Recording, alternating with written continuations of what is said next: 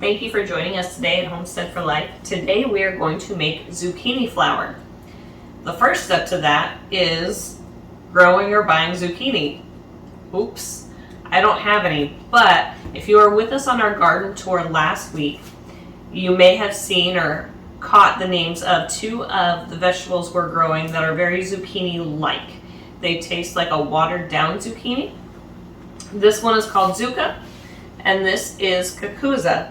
And they grow on vines. The bugs can't get through them, and they grow like crazy here. So we're gonna use these instead.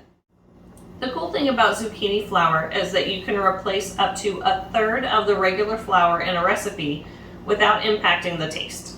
So that's gotta do some things nutritionally for you. So we're gonna try it. We are gonna make zucchini flour today out of our zucca and cucuzza.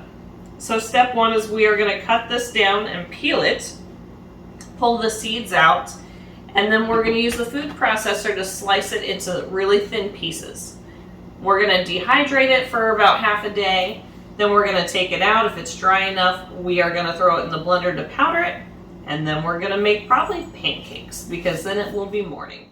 So step one, I'm going to cut the ends off my zucca and start peeling it. And I'm going to put the ends and the peels in my little compost bucket here, which will go out to the chickens and the rabbits, and they will love it.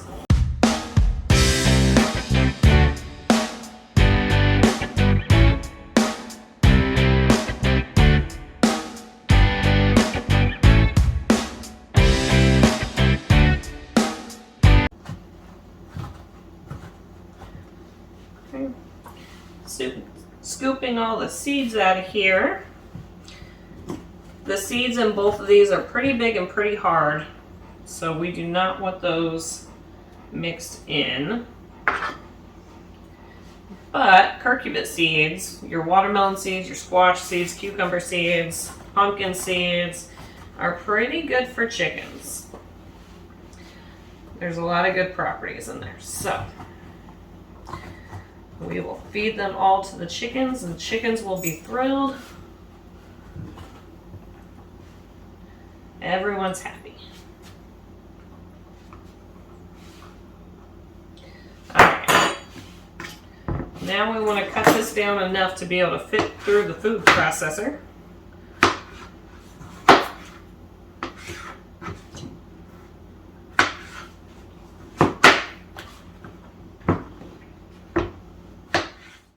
We're going to do the same thing with our cucuzza. We're going to cut it up, peel the seeds out, peel it, and then we're going to dice it up in the food processor. Now we're going to throw them through the food processor, and the blade we're going to be using is this one, the one that's going to make us slices. Thin little slices. Alright, it's about to get noisy.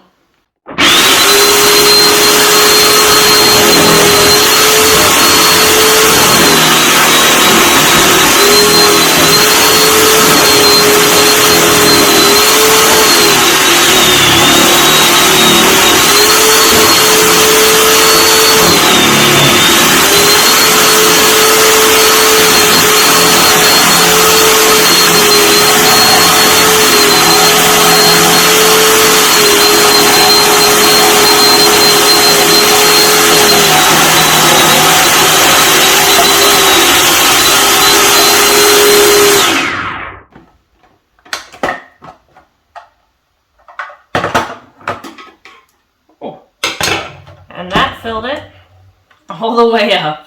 So now we are just going to spread our zucca and cucuzza, our zucchini knockoffs, out thinly across our dehydrator sheets.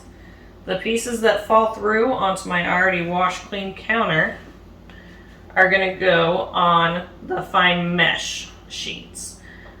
But the larger pieces can go on the other racks, which I have only 3 of the fine mesh sheets, so that's why we wanted to do the thicker slices instead of shredding it.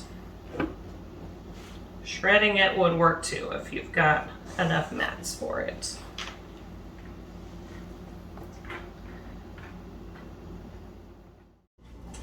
Okay, so we've got our dehydrator loaded up.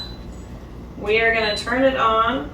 We're going to put the temperature down to about 122, which is one of the presets on this machine, and set the time at 14 and a half hours. We're going to check it in the morning. It'll probably be closer to the 10-hour mark when we check it, and if it's dry enough, we'll powder it up then. I'll see you later. All right, it's been a little bit over about 18 hours, so we are going to take our zucchini out. Now, it felt done this morning after about 11 hours, but life happens, and we were busy, so it has just stayed in there the rest of the afternoon until we had time to work on it. So, this is our zucchini.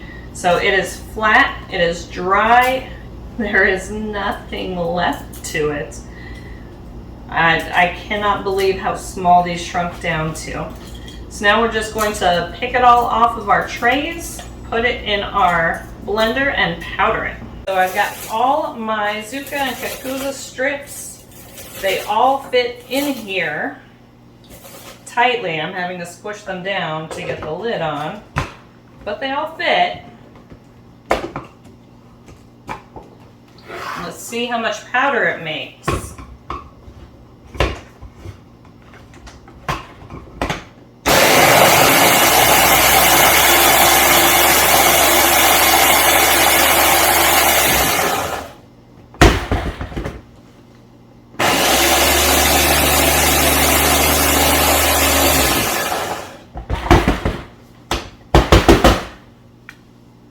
About 6 ounces, not quite 6 ounces of powder. And the amount of Zucca and Kakuza I had completely filled my food processor. So I'm not sure how much that is. I think it's around 8 to 10 cups. And we have about half a cup, a little bit more than half a cup. So it dehydrated down a lot. So the next step is using this in pancakes. So I'll see you first thing in the morning. It is time to cook some pancakes. So we have our mixes here. Each of them is 1/3 of a batch. So this one is a normal batch of pancake mix. This one is with 1/3 zucchini flour replacing 1/3 of the regular flour, which is what the old-timey recipes I found said you can do with the zucchini flour. And this one is half and half because we would like to substitute more flour with the zucchini flour, both for nutritional purposes and because we use Zucca and Kakuza instead of real zucchini, and those have a much milder taste. So we're hoping we can get away with a little more of that flour versus our regular flour. So our griddle's hot and ready, so we are gonna try them out. So our regular pancake mix. There's definitely a difference in the textures here. They get thicker the more zucchini flour that there is. And while the zucchini flour looked like it was really fine when we chopped it, hindsight, if this works and we do this again, I would put the zucchini flour in our coffee grinder instead of throwing it on the floor. All right, so they are gonna make some odd shaped pancakes too. They're thicker, they don't spread as well. So now we'll give them a couple minutes and see how it goes. Our pancakes are done, so let's dig in and see how they taste. Our first pancake is normal.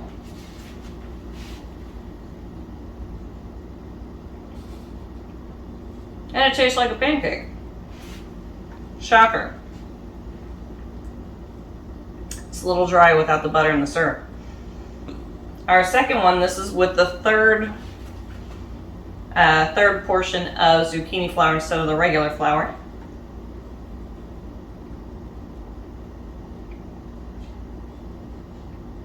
It's different,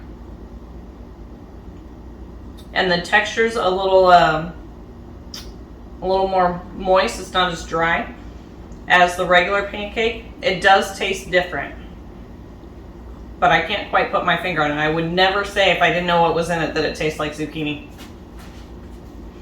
And then the third one, which is half zucchini.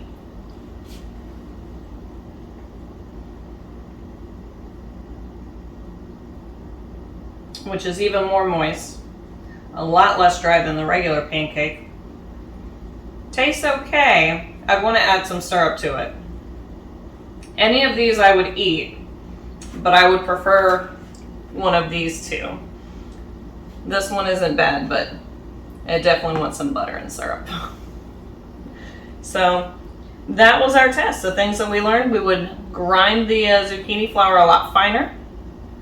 And the third mix is probably the best one. You are sacrificing a little bit of kind of that bland pancake taste for some nutrition.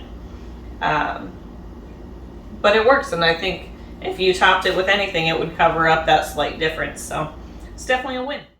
So for a final test, we cooked up the rest of the batter, and then I buttered them and syruped them just like I would normally to eat my pancakes. So we'll make sure that the syrup does overpower any kind of funky zucchini taste. But I want to talk about how they cooked differently for a second. So it definitely took longer for the zucchini floured ones to cook, and they didn't hold their shape as well. The regular pancakes, you poured the mix, it spread out. These stayed clumpy, so when you flipped them, you had to flatten it a little bit. And also when you pick them up, they would break in half very easily. So there's definitely some differences that way. But with butter and syrup, this is our 1/3 mix.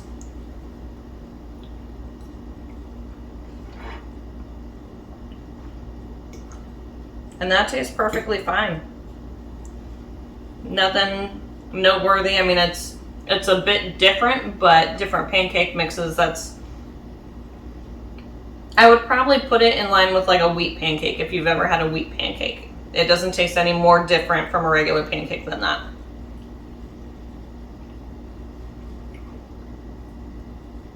And then the half and half mix. And again, it just breaks right apart.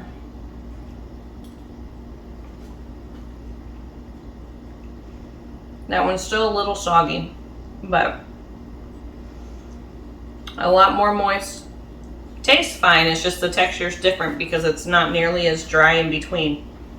So the 1/3 mix, those old granny recipes, they were right. That's probably the right ratio there. I would just powder it a little bit better. And once you throw syrup on it, you are good to go. Thanks for watching.